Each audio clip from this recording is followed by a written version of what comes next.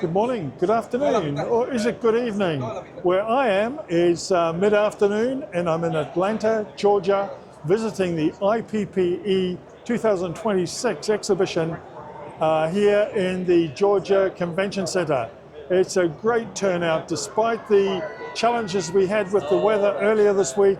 The halls are full and everybody's enjoying the show so far. I'm pleased to say I'm on the stand of CPM and I'm in the company of Matt Boland, and he's the Western American Area Sales Manager for CPM. He's going to tell us a little bit about what's on display here on his stand and what's new and exciting. Welcome, Matt. Well, thanks, Roger. It's great to be here. Very exciting show today. So today I've been doing some presentations on energy monitoring, sustainability, and powering profitability. It's a topic that's kind of top of mind right now. We see so many data centers being built around the United States and elsewhere in the world as AI becomes more and more of a thing that people need. And these data centers, they take up a lot of energy. Yeah. And we're starting to see our energy costs actually raising because of this. And what a lot of manufacturers don't consider is energy is really the invisible ingredient in everything that we produce. So we can measure how much corn we put into feed, we can measure how many of the micro ingredients we're putting in, but we very rarely think about energy as an ingredient in what we're actually producing. Yeah. So what I've been talking about is how do we measure that, and then how do we actually use analysis and even AI to figure out exactly where and how that energy is being used, and how can we effectively optimize our systems to use less energy and in the end become more profitable. Yeah. So what's the answer to that question? The answer is really getting started. It is a complicated process, so we do recommend, if you do have any questions, you can call CPM Automation. We'd be happy to help you guys out with that. But it's really integration into the automation system. First step is really identifying your critical assets.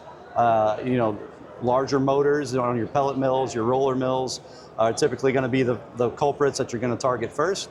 Start monitoring that energy, start historizing that data. And that data will actually become what your AI or your data analysts use to figure out what pieces of equipment need to be optimized in order to save some energy. So first off, we have to record the data.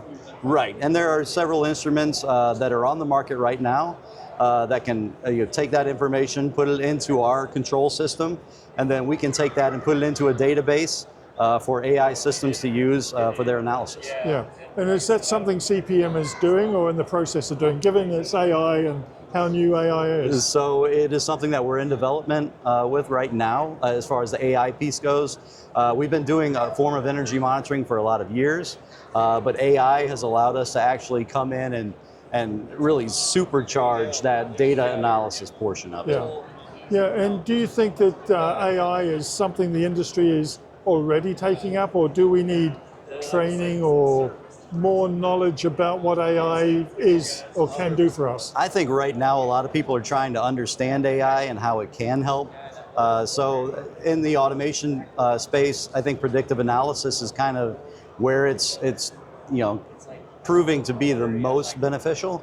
A lot of people are still trying to figure out how to use it effectively. Yeah. And really, when it comes down to large data sets and trying to figure out exactly what to do with that data, that is where its real power is at this point. Yeah. And energy monitoring, collecting all of that data, and then just figuring out, by comparison, is a motor, is it running on more current but producing less? Yeah.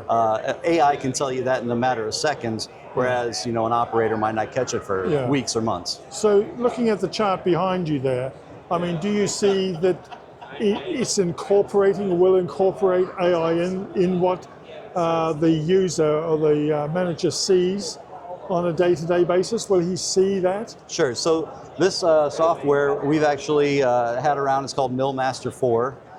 It's about 20 years that we've been developing and improving this over the years. We've been doing automation of feed mills for 45 years now. So this has been improving, but we are working on a newer version of this software, which will actually incorporate some of that AI. And where we actually see it going is making a a software piece for the operator that's so smart that it can train the operator on how to use it more Right. effectively. Yeah. So there are some companies right now that are throwing AI in to create reports and do some, minor stuff.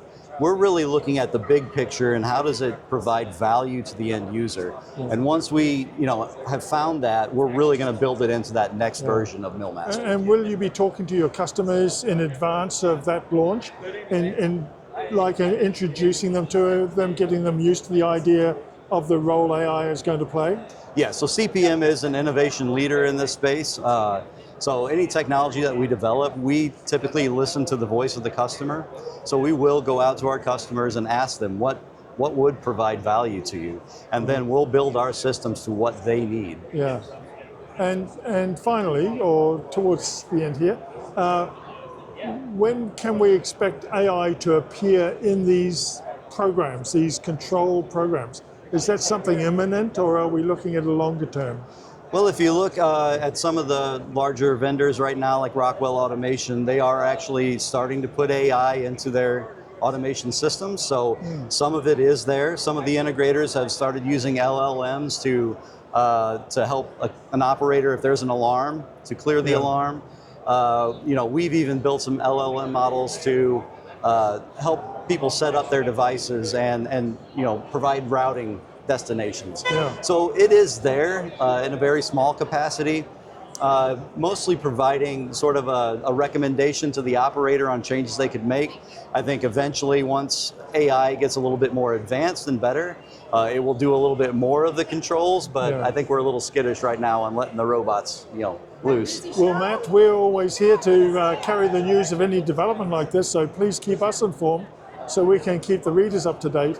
But it's an exciting time ahead of us, especially as you point out, energy costs us a lot, and we've got to reduce our energy requirement, and maybe this is the first big step towards that. It's definitely the right time to get started. Yeah. Thank you, Matt, for your time, and all the best with the rest of the show. All right, thanks, Roger. Thank you.